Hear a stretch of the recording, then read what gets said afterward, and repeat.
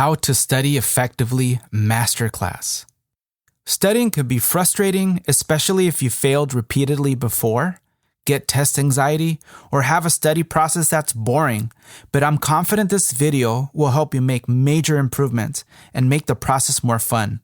Now, I can start giving you strategies, but without teaching you the right mindset, your feelings and beliefs about studying might not change. So check this out. Your beliefs and thoughts about studying must change if you want better results. Number 1, you get what you put in. If person A crams 3 hours before an exam, but person B studies a total of 12 hours over 3 weeks, person B is most likely to do better. If your notes are messy and incomplete, you'll be frustrated and will score lower. If you just reread your notes and hope for the best, while someone else quizzes themselves, takes practice tests, goes to office hours, and joins study groups, well, you get the point. Number 2, enjoy the effort process. Because studying effectively requires much effort, hard work, patience, and even discomfort at times, make it fun and find pleasure in these moments. People who fall in love with the effort and hard work involved in studying have more stamina, improve their attention span, learn faster, remember more, improve their academic confidence, and perform better than those who dread it. So take pride in your work. The way you do anything is the way you do everything. The difference between an A and an F student, after all, isn't a matter of capability. It's that an A student is committed and willing to do all the things that an F student isn't. Number 3, focus on learning rather than proving yourself. When you're worried about failing a test, passing a class, disappointing your parents, appearing smart, or not looking dumb to your friends, this need to prove yourself creates an overwhelming pressure that affects your ability to enjoy studying and ultimately succeed at it. Switch your energy and attention to truly wanting to learn. When you care about learning, the stress subsides and good grades take care of themselves. Number 4, studying is a habit that can be learned and improved on by anyone. All you need are the right tools and practice. As you implement these strategies over time and push through the discomfort, you'll get faster and the process will become more automatic.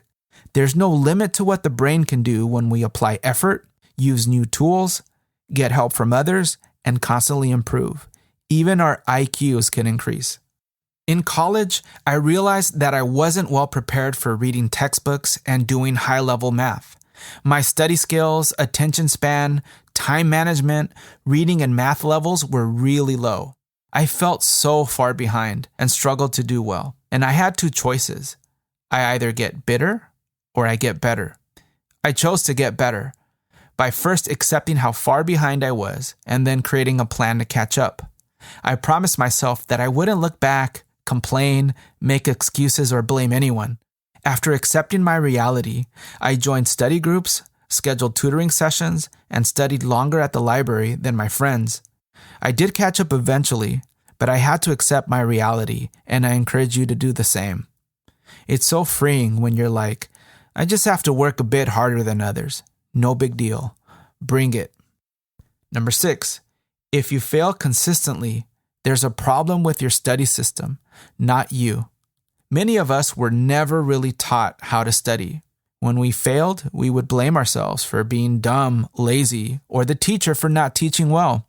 We continue to take tests, fail, and wonder, I studied hard this time, but I still failed. I don't get it. So we get into this cycle of saying, next time I'll study harder. But that is the problem. We do the same thing, only with more intensity. That's like saying, let me do more of what got me this bad grade. Insanity is doing the same thing over and over and expecting different results. Albert Einstein. If we want different results, we need to try something different. Mistakes and exam failures are excellent learning opportunities we can look at to see what didn't work and how we can improve. Before studying, academic success habits. Before you study, you must consider questions like, do I have all my study materials? Do I have good notes to study from? And have I done my part in attending class and paying attention? If you don't, You've just added lots of unnecessary stress. So don't forget about having good academic success habits. Attendance. Make sure you attend class on time, prepared with materials, and if you're absent, that you find out what happened, what's due, get any important announcements, missing notes, and handouts. Here's a great video if you're struggling with attendance. Pay attention in class by sitting up straight, participating, taking clear notes, avoiding distractions like your phone, and sit up close, away from friends. Here's a video to help you with paying attention. Take great notes by listening to the lecture and not copying what the professor says word by word, but instead listening, visualizing what you hear, thinking about the main ideas and why they matter, and then summarizing what you heard in writing. Write questions down when you're stuck and stay after class to get any missing notes from a classmate. Here's a great video to help you with note-taking. Review your notes within 24 hours after class while they're still fresh. Do this by first looking at your notes to see if they make sense, and then on a blank sheet of paper, try to recall all your notes from memory. Note any mistakes or missing ideas, then review your notes and quiz yourself again. Do your homework. It's literally practice that strengthens your memory so you can recall the concepts you learn. Here's a good video on that. Get phone numbers of at least 6 people in your classes who are doing well. Create a GroupMe or group text so you can exchange notes, resources, other goodies, and create a study group. Mood and energy. Make sure you're in the right mood and are energized. Exercise often, drink plenty of water, eat healthy foods low in sugar, high in vegetables, and get enough sunlight and plenty of sleep. Now it's time to study. Preparing to study. Preparing to study is just as important as studying itself. Set the mood by playing some classical music, specifically Baroque with artists like Bach, Mozart, and Beethoven. The 50 to 80 beats per minute tempo stabilizes mental, physical, and emotional rhythms that support learning and memory. Avoid music that draws your attention to the beat or lyrics, or makes you nervous instead of relaxed and focused. Or use nature sounds like rain, beach waves, or try white noise or binaural beats. Have some scents that energize you like peppermint, rosemary, or your favorite fragrance. Once you associate these to the learning process, you can carry these scents and use them on the test to quickly put you back in the zone. Grab your coffee, tea, or water, study snacks, and everything you need so you don't have to get up. Getting up to get something you need is a distraction because it stops the flow of learning, which can cost anywhere from 5 to 20 minutes to get back in your element. Sit up straight and breathe deeply. Find a quiet, distraction-free location. Find a quiet place like the school or public library, coffee shop, empty classroom, office, park, beach, bookstore, a quiet diner, or your bedroom. If you live at home, ask your family for some quiet time. Declutter and organize your bedroom desk so that it invites you to focus, and try to avoid studying on your bed, as you tend to doze off or you get sleep problems because your brain learns to associate your bed with studying instead of sleeping. Eliminate distractions. If distraction is the enemy of learning, then your phone is a supervillain. Turn your phone off and put it in another room in a drawer. Here's why you want that phone out of sight and mind. Research suggests that it can take up to 23 minutes to refocus after checking your phone. Studies show that just having your smartphone near you, even face down on silent, drains your capacity to focus. Having your phone out while doing homework or studying can make students perform 20% worse. Use a distraction card, an index card where when a thought or idea comes up that you intend to get back to and you don't want to forget it, you write it down instead. This keeps you moving and calm because you know that you'll get to it later. Sometimes we're stressed or are dealing with a tough life challenge. Write this on your card and write one small, easy, and quick next step you can take to resolve it, and just see how much better you'll feel. Materials. You can't study with incomplete notes. so gather any missing notes from a friend. Get all your graded quizzes, homework, textbook, workbooks, practice tests, and extra practice problems, notes from tutoring, and anything related to your topic of study. Get all the exam details. Find out where the test is, when it is, what topics and details will be covered, and how you'll be tested and graded. What type of questions will there be? Which topics will be worth more? Maybe your professor gives you a study guide, outline, or talks about it for 10 minutes. This will help you prioritize what and how to study. Sometimes professors hold review sessions, so go to them because they'll give you hints, more details on what question types or topics they'll be. They'll give you study tips, and they'll review all key topics. Ask the teacher directly if you're unclear about the exam. Talk to someone who had the same class before you to get some ideas, and maybe they even have past exams. You can also predict test questions by looking at past quizzes, homework, and practice problems, or turn chapter headings into questions. Make a study plan. Avoid procrastination by creating a plan.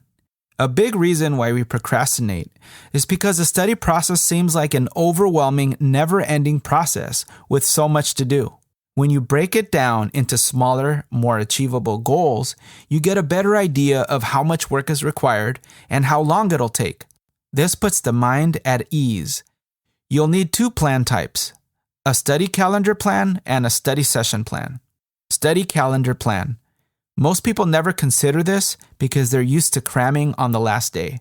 But cramming doesn't work. It creates much unnecessary stress, and research shows that we make more mistakes, are less able to critically think, and you might pass the exam after 1 or more all-nighters, but you forget it all after the exam anyway.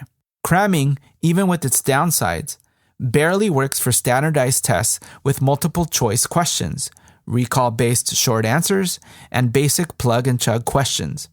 But it won't work for critical thinking-based exams where you have to relate ideas, problem solve, and create new interpretations.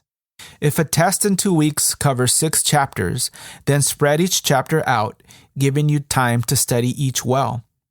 Notice I put time to review all chapters, rest before the test day, and I included a layer of social accountability to make sure that I study. I have a study group, review session, office hours with the teacher, and a tutoring session. Study session plan. Let's pretend that today is your first study day. If you study without a plan, you won't use that time wisely. You won't prioritize what's most important. You won't keep track of time well, and you'll get frustrated not knowing if you're making progress and when you'll ever finish. A plan helps you study faster with less wasted time. That means more time for fun and other goals later. Brian Tracy once said, "Every minute you spend in planning saves 10 minutes in execution. This gives you 1,000% return on energy." Step 1. Break down the chapter or topic for that day into smaller goals or tasks. Add a little checkbox next to each task. You'll love the feeling of checking each box and making progress. Breaking down your learning helps because we tend to remember the beginning and end segments more than the middle of what we're learning. This is known as primacy and recency, respectively. So the more parts you have, the more beginnings and endings you have. Step 2. Prioritize. The tasks that are worth more on the exam and that you're most confused about will have a higher priority than those that are worth less and you understand well. So place a star on these priorities. You might start with your priorities first, but if the learning is sequential, meaning you need to master part 1 before moving to part 2, 3, and so forth, then these are the tasks you want to pay extra attention to. Step 3. Add any notes, tips, or reminders that make this task easier or faster to do. Maybe for your first task, you need a specific website, worksheet, and a specific question answered to make this easy. Maybe you'll need some supplemental YouTube videos to help you understand it. Time. Place estimated times per task. Placing times helps keep you on task and adds a sense of urgency, even making this like a fun competition to beat your time. Use a timer or a stopwatch with an alarm to keep you on track. Aim for 30 to 50-minute working chunks followed by breaks. Breaks are needed to help your brain rest, recover, and process everything you're learning. People who take breaks not only learn and retain more, but maintain energy, focus, brain power, and study longer than others. Remember, it's not about quantity, but the quality of studying. What good is it if you study 8 straight hours, with the first 2 being your best and the last 6 being a sluggish, tired, and stressed ordeal? During these breaks, do something fun, relaxing, and energizing, but mainly take your focus off studying. Go for a walk, meditate, draw, sing, dance, do jumping jacks, watch a funny video, do a quick chore, or even focus on an object for several minutes. Make sure your break is short. I do 5 minutes, but 10 minutes max is what I recommend. This recharges your mind. Make sure you set timers for your breaks so you get back to work. Reflection. Include a minute or 2 to record the actual time it took, explain why it took less or longer, and identify roadblocks in completing tasks. This creates self-awareness of your study process so that you can identify areas of improvement and next steps so you can become a study master much faster. Hey, that rhymes. Add a layer of accountability to someone. Maybe you schedule a 20-minute question and answer phone call with a friend right after you study, or you promised your friends to see them in tutoring the next day, so you want to be prepared. Now let's study. I've been teaching the following study tips to thousands of students to help them achieve their academic goals. As I go through them, identify which ones you do and how you might improve on them, and also note the ones you want to start doing. Visualize what you're learning. If you're studying a novel, a history textbook, or science notes, visualize what's happening. Play a movie in your mind with details until you can see and understand the concepts. Find purpose. Learning is emotion dependent, so the more excited and curious you are about learning something, the faster you'll learn and memorize it. Conversely, if you're stressed, anxious, or bored, you won't remember, and studying will be an arduous process. Look at the topic, chapter headings, notes, and create questions you're curious about. Think about how the information connects to your life and your goals, or who you might want to teach this to. Use higher level thinking skills to learn your notes, the textbook, or whatever you have to study. This helps solidify what you're learning into long-term memory so you can recall it later. Memorizing facts, dates, equations, and processes is fine, but it won't help you on exams that require critical thinking. Remember to ask yourself, why does this information matter? Which idea might be more important? What led to this event happening? What are the consequences and impact of this event? How might this be wrong? Use the higher levels of Bloom's taxonomy, a framework that shows the different levels of thinking. Apply. How does this apply to other situations? What's a great analogy for this idea? How does this connect to this other idea or to what I already know? How can I use this to solve a problem? Analyze by drawing connections among ideas, like compare and contrast, organize, identify an idea's components or themes, and so forth. Evaluate an idea by arguing for or against it, critiquing it, defending it, identifying what the idea is missing, and so on. And at the highest level, create new and original work by maybe designing a study tool, comparing all the ideas, creating a new formula, a drawing, poster, investigation, or an invention. Now, this sounds like a lot, and you don't have to do all of these, but with each question you think through and each connection you make, it's like you're adding a memory hook to store and recall it faster. So the more work you put in, the easier and faster you'll remember it. So basically, more work equals better memory. Active recall. Most people reread or review their notes hoping something will stick to their minds, but this method is by far the best strategy for learning and memorizing. When you come across an idea that is super important and you're trying to remember, quiz yourself with the Feynman technique. named after the famous physicist Richard Feynman. On a sheet of paper, or out loud, re-explain what you read in your own words, as if you're teaching a friend who knows nothing about the subject. Use basic terms because this proves you really get it. If you make a mistake, look back at your notes and try again until you can explain it without making mistakes. Don't worry about these mistakes. They're your best friends because you'll take advantage of the hypercorrection effect, which is the idea that when you think you know the answer but get it wrong, and then you correct it, this actually makes it stick better.